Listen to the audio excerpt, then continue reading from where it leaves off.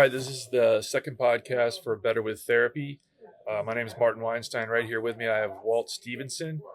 Walt's worked at Eastern Shore Physical Therapy for 17 years. 17 years. Going on So 17 I've known him for a while, and I would say Walt is a good.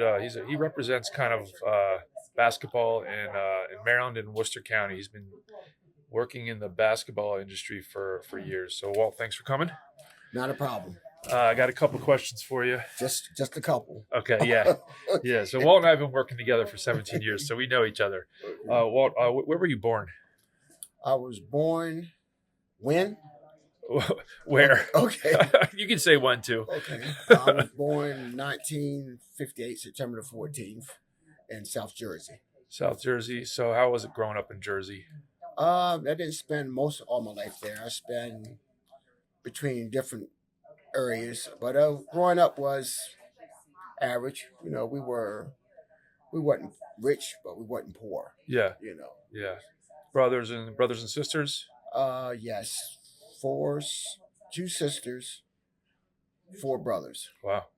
Yeah. Wow. Two older than me, 2 younger than me. So, and where are they? Like around here or New Jersey? One brother's in New Jersey, one's in Delaware, 2 are in Maryland. Okay. How about your sisters? Sister's in Salisbury. She lives in Maryland. Okay. One sister deceased. Oh, I'm sorry.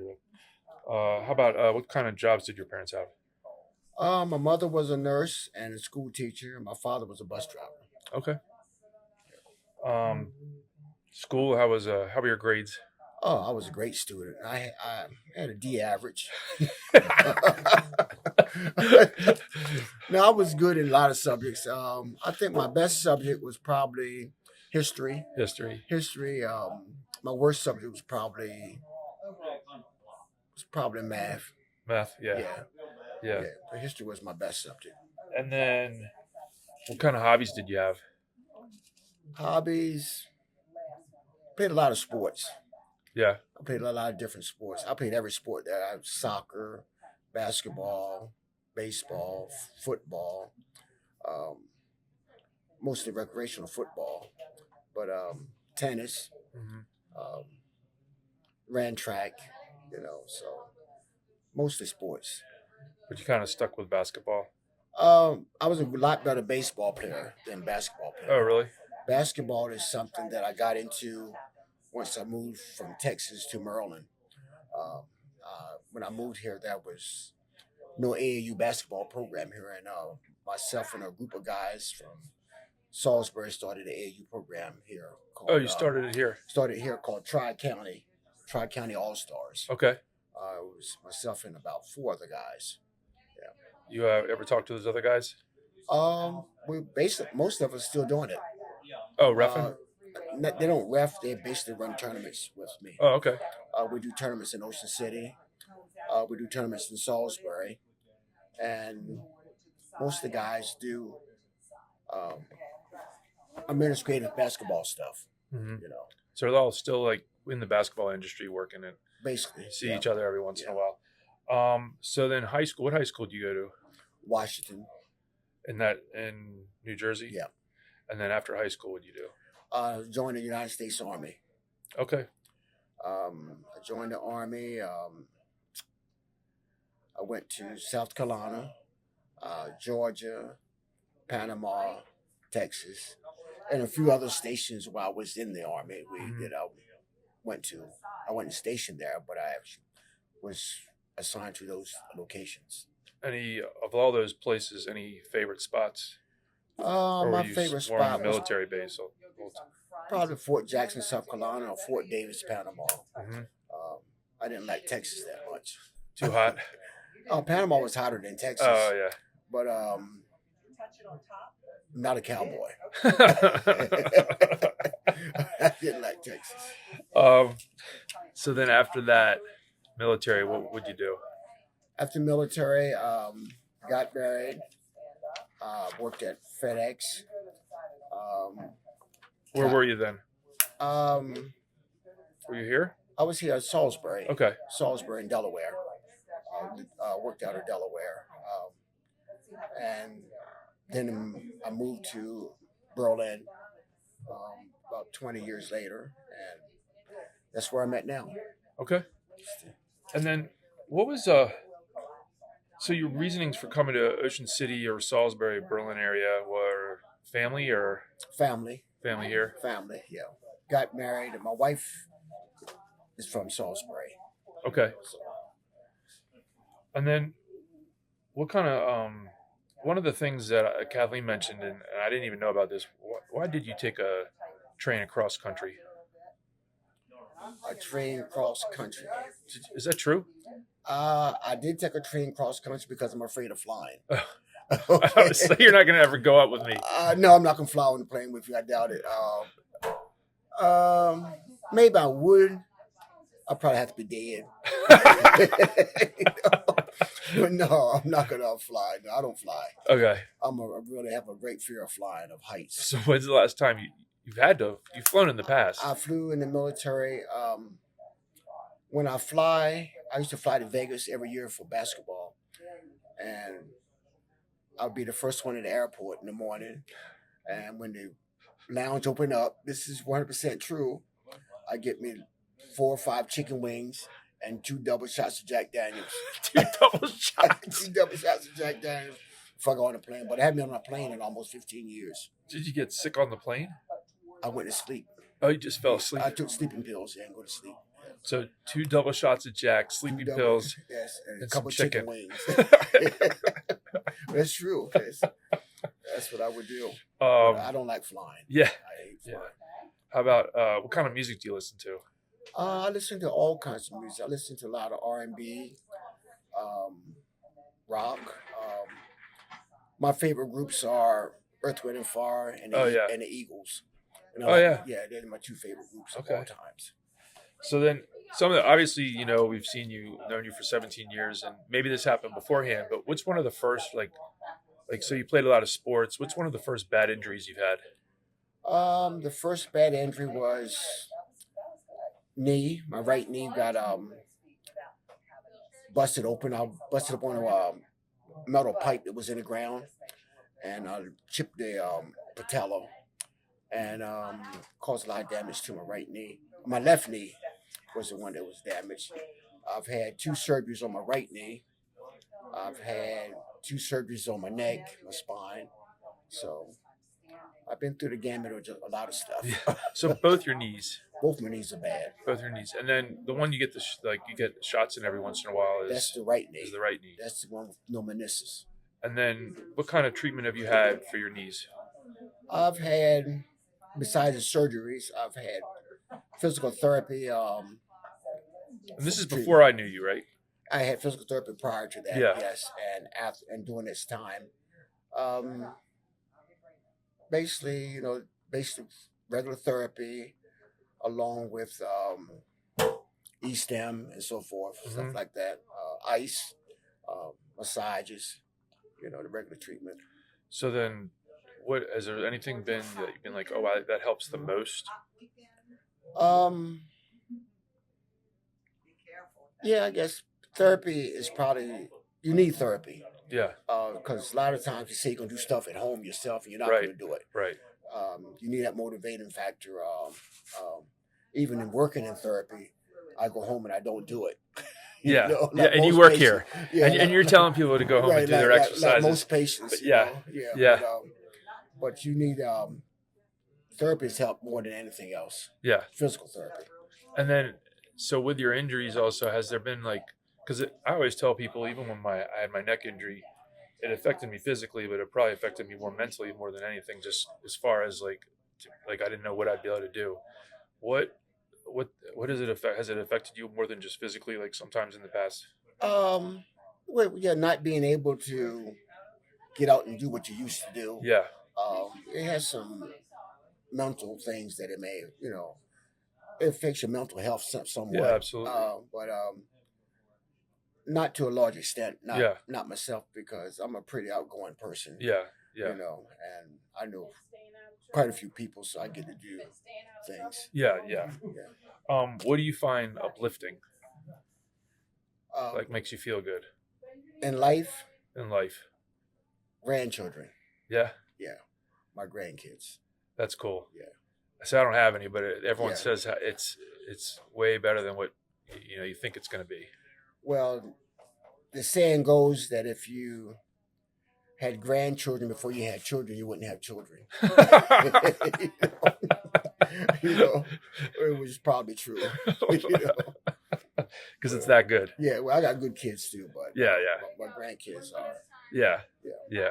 I feel like when people have their grandchildren, a lot of times, like when you have children, depending on the age, and you're possibly just starting a job, Right. Stress. you don't have a lot of money, and you got a lot of stress because you're trying to provide for them, and For the family. you're not sure if you're going to make it, as Right. far as like financially, and then and then gradually, eventually, they get older, and when they have by the time they have grandchildren, sometimes things are a lot easier, Right. and you have more time, hopefully. Well, we have grandkids. You can send them home. Yeah, yeah. Then you can Your send kids them get to home. have to stay with you. So do you go to church Yes. and pray, Yes. meditate? I don't do a lot of meditation, but I do a lot of praying. Yeah. Yeah. Now, this is a question I asked the last person, Mark, who what do you like? And it doesn't have to be exact, but I asked him, do you pray for yourself? Do you pray for other people? Do you pray? Basically, my prayer is basically that you thank God for another day. Thank Yeah. God for watching over you. You have to have faith and believe in that. Yeah. There's no sense in praying if you don't believe what Yeah, you're yeah. praying for. So, Yeah. so that's with me. That's what I do. I just thank God, for getting us through whatever we're going through, and just leave it in His hands. Yeah. And then do you go to different churches or one particular church? I probably go to one particular church, but we do visit different Yeah. churches. We do the group that I'm with. We do church visitations, once a month or once every 2 months. We go to Okay. different churches. But most of the time it's going to be community church in Ocean Pines. Mhm. Yeah. Cool. And then so how long have you been doing basketball? Like, because I know like when I first met you, and you still do, you ref basketball, but how'd you get into that like whole process? When I was in school, one of the things that I did when I was in high school, I used to organize stuff between my high school and guys from other high schools in the summertime. They would come and play us, and we would play football, basketball, and baseball and sports. And one day against each other. Then we would travel to maybe their location and play. And it's something that I've been pretty good at is organizing things like that. It's a headache, but Yeah. it's rewarding. It's rewarding. And then your position with the referees, what's your position there? I've been president of the association. I think I was president for 5 or 6 years of Alma Board 157, which is Delmarva, Maryland, and Virginia Eastern Shore. Okay. And now I'm just an at-large member of the board. I'm a member of 3 basketball boards. One is 157, one's Delmarva, and one's 129. Mm-hmm. One's Delaware, Maryland, Upper Eastern Shore, Maryland, Lower Eastern Shore, Maryland, Virginia. Okay. Yeah. And then how do you like? I always wondered, like, for the refs, how do you go about learning all those rules? Like, I mean, I know you probably knew some of them, obviously playing, but there's some structure that you have to have, and right? I was not a good basketball player. I clear that up. If I was on a team, if I was on a bench and the game was in Maryland, I'd be so far on the bench I would be in New Jersey. I was not a good basketball player. I was fast. I was an athlete, so I was on a team. But as far as officiating, you have to study. You have to get into the book. We're required to take tests once a year. Some boards you have 2 tests you have to take. You're required to pass it with a score of 85 or above in order to do state games. A lot of guys don't pass the test. Not a lot of guys. Some guys don't pass the test. Right. And you're not allowed to do state games, but you have to pass the test every year. You have to take the test every year. And I actually train officials also. Okay. So I have to know the book. So you've ref. I know you've refed in Worcester County. I mean, I've seen you at the high schools and everything. Um, but where? So you've not only just refed in our county. I ref throughout the state of Maryland, at different locations for different organizations. But I ref for Nike basketball also in Las Vegas.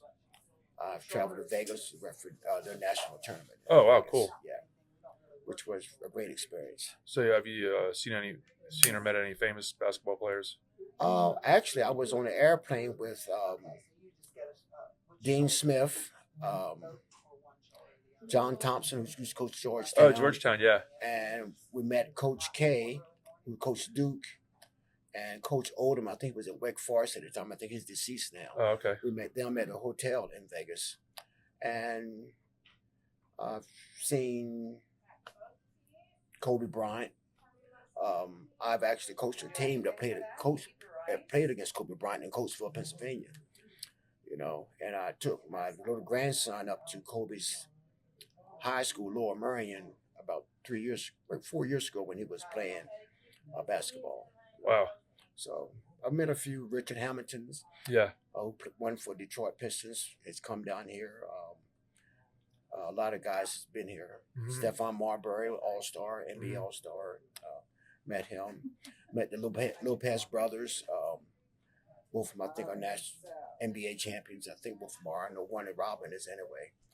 But met a few NBA players. Oh, that's cool. You know, and actually our team beat Carmelo Anthony's team in Baltimore to go to the national championship when he was playing for the Baltimore Finest group out of Baltimore. Oh, wow, that's awesome. Do you still coach? No. Couldn't coach today. Oh. Today's kids are different. Today's parents are different. Yeah? In which way? Awful. You know, everybody's privileged. Everybody wants a trophy. You know, people want trophies for participating. I don't believe in that. I think you either win or you don't. Yeah. You know, I think winners should get the rewards. Yeah. Yeah. That's how I feel. Yeah. You know. No, I understand. Talking about your neck, because I know we've been doing. You're okay talking about your physical therapy for your neck. What was the whole process like? Like, what symptoms were you first having and realize, hey, something's wrong, and then how did it go from there, and then where'd you go for treatment, and how was it? What happened with my neck is I fell out of bed. I was on vacation in Williamsburg, and I fell out of bed. And for about 8 months or more, I didn't do anything. I just let it go. Because it hurt. Yeah, and I figured that it would go away. And it got to the point where I just couldn't take the pain anymore. And I went to the doctors, and we did MRI, of course, and they found that I think it was L4, L5, and L6 were damaged. Oh, in your it would be C, yeah. I mean C. Yeah, C, yeah. Cervical. Yeah, C, cervical 4, 5, spine, 6. yeah, Yep. were damaged, and we did surgery from the back, and it didn't work completely. They fused it. They did not fuse the back. They didn't fuse it. They did not fuse the back. When they went in from the back, they didn't fuse it. They did not fuse it. Okay. When it went in from the front, they fused that. The front is fused. And that was how much longer later? About 2 years later. 2 years from the first neck surgery to the second neck surgery. And then so symptoms after the first neck surgery. After the first, still had a tingling in my fingers, pain in the shoulder and in the neck, and part of the scapular area was painful. But after the second surgery, the tingling went away. Yeah. Eventually, it took a while. The pain's gone. You know. And your motion's pretty good. My range of motion is it's a lot better than it was 3 months ago. Through the process, the process from when you hurt yourself and then you waited 8 months, when you started trying to seek treatment, what was it? You said 8 months later? Right. How did that process go? Like, how long did it take? I guess I'm trying to find out, did it work fairly well, or were there some areas that you're like, man, I wish this could have worked a little quicker, or? Far as treatment, the treatment process went pretty well because I I was allowed to do therapy between the surgeries, Hmm. and I was never denied therapy or anything like that. So I got relief from that. Hmm. But I didn't want to do the surgeries, Yeah. but Right. um, it's kind of kept me down for a while. Yeah. But in the process of doing between the treatments and the surgery, everything went pretty well. Hmm. I didn't have. I was on some drugs, some pain pills, and so forth, but I didn't have to take them for a long period of time. So when you after your first surgery, is that when you like stopped working here for a while? The first surgery, I was out here for like 9 months, I think. I think it was like a 9 month period I was gone. I was What gone. was the summer you took off? Was it last summer? No, that's the summer before. I guess what I'm saying. Remember when you like said I'm retiring? That was the summer before. Oh, Yeah. That because was like after the first surgery. because some of us think you just wanted a retirement party, Well, and then you came back. Well, we're glad you came back. What, do I get another one? But so it was after that was after the first surgery After the though, first surgery. and then Then I came back and then I had to do a second surgery. yeah, And this is when it went into the front of my neck. which was much better. Uh, it was better. It was quicker. Yeah. The time frame for being out was a lot quicker. It was like almost 4 months shorter than the first time. So what was in physical therapy? What do you feel helped you? Like what could you like? Is there anything that like made a noticeable difference like fairly quickly with your Um, treatments? 'Cause yeah, I know you did like massage. we did You massage. did laser, deep tissue laser therapy. We did laser. We did E-stem. Um, we did. I don't know if we did any ultrasound or not, but um, mobs and so forth. We did all the necessary things that were they usually apply for the treatment that I was required. Um, and I was in therapy for quite a while. Yeah, I was in therapy for quite a while, especially the first time. yeah. It was like it wasn't just it was a couple months, right? It might have been about 3 months. Yeah. It was about 90 days Yeah. that I was in. Because my mobility was bad. Because This is after the first one. after the first one, Yeah. because of where the stitches were, Hmm. and I couldn't move and doing a lot of movement, and which probably contributed to the second surgery. Right. So, but the therapy was fine. I mean, I had no reps about the therapy. Did you feel? Could you notice a difference with or without the deep tissue laser? Um, I did eventually. Yeah. Yes. At first, we got you in so much pain where nothing really helps you. Right. Right. you know, Yeah. Yeah. you got to have something to take the edge off, and the medication did that. But afterwards, yes, it helped me a lot. Hmm. It did help me a lot. Good. And I think it helped with the healing process quicker too. So, what's it been like? What have you learned working in healthcare system? Um, It can that be is some, that is necessary. I mean, it's because as a patient, you're just not going to do what you're supposed to do. Mhm. We want to be cured instantly.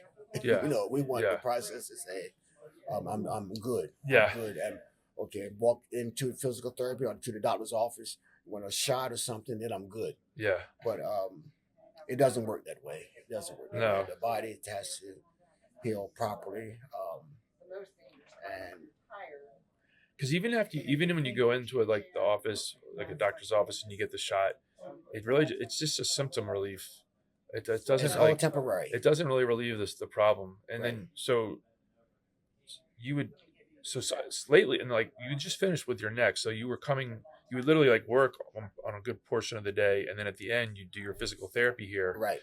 and then you'd be done after the physical therapy. Right. So and I know you've had the shots in the past too, right? I've had the shots. I've had the pain medicine. I've done just about everything, but the pain now it doesn't exist. Basically, You don't feel anything. I don't feel any pain. Sometimes it's hard to sleep at night. Put your neck in a bad position. But Right. other than that, daytime, my range of motion is good, and it's basically pain free. Okay. Great. So going back to basketball, what is there anything like with some of the rules that you think should change in basketball? In high school basketball, not as much because I do high school basketball. Um, the sport is become where coaches don't have control of teams anymore. Parents and players are in charge. When I coached, it was a whole different gamut. I didn't allow my parents to come to my practices. Oh, really? You come to the game, but don't come to my practice. Right. You're not going to like what I do to your child. Your child's going to go through something different. And the game is just management caters to the parents and the children in the sport. And coaches have no authority anymore. They're just a sideshow. Yeah, it's. I mean, there's so much pressure put on everyone, including the children. Which really, and when it comes down to it, it started out they were hopefully just going out to have fun. Just to have fun. Yeah. And it's no more fun in the game. I mean, yeah. I got basketball officials who don't want to officiate. They don't like what's going on. And on the high school level, we have the administrators in the school system to help us apply the rules Right. To people in the stands and so forth. But outside of high school, it's too much money involved. Because even like so a couple of the high school games I've been to and I've seen you ref, you definitely are an expert at tuning things out, like because everyone knows your name. Oh, yeah. And people are yelling your name at whatever call you did because they're unhappy with the call, and you don't even look at them. Half the people. You don't acknowledge them. Half the people. You just but you hear them, right? Right, you hear them. I ref from the Bay Bridge to the Bay Bridge Tunnel games. That's basically the area we cover. Yeah. This year I'm doing games in Delaware also, which I still know people up there because I do basketball tournaments in Delaware. So yeah, I'm pretty well known on the basketball court. Yeah. I ain't said liked. I said no. Not liked, but no, maybe. Right. So this is one of the things I'd ask you too is what do you think about the NIL?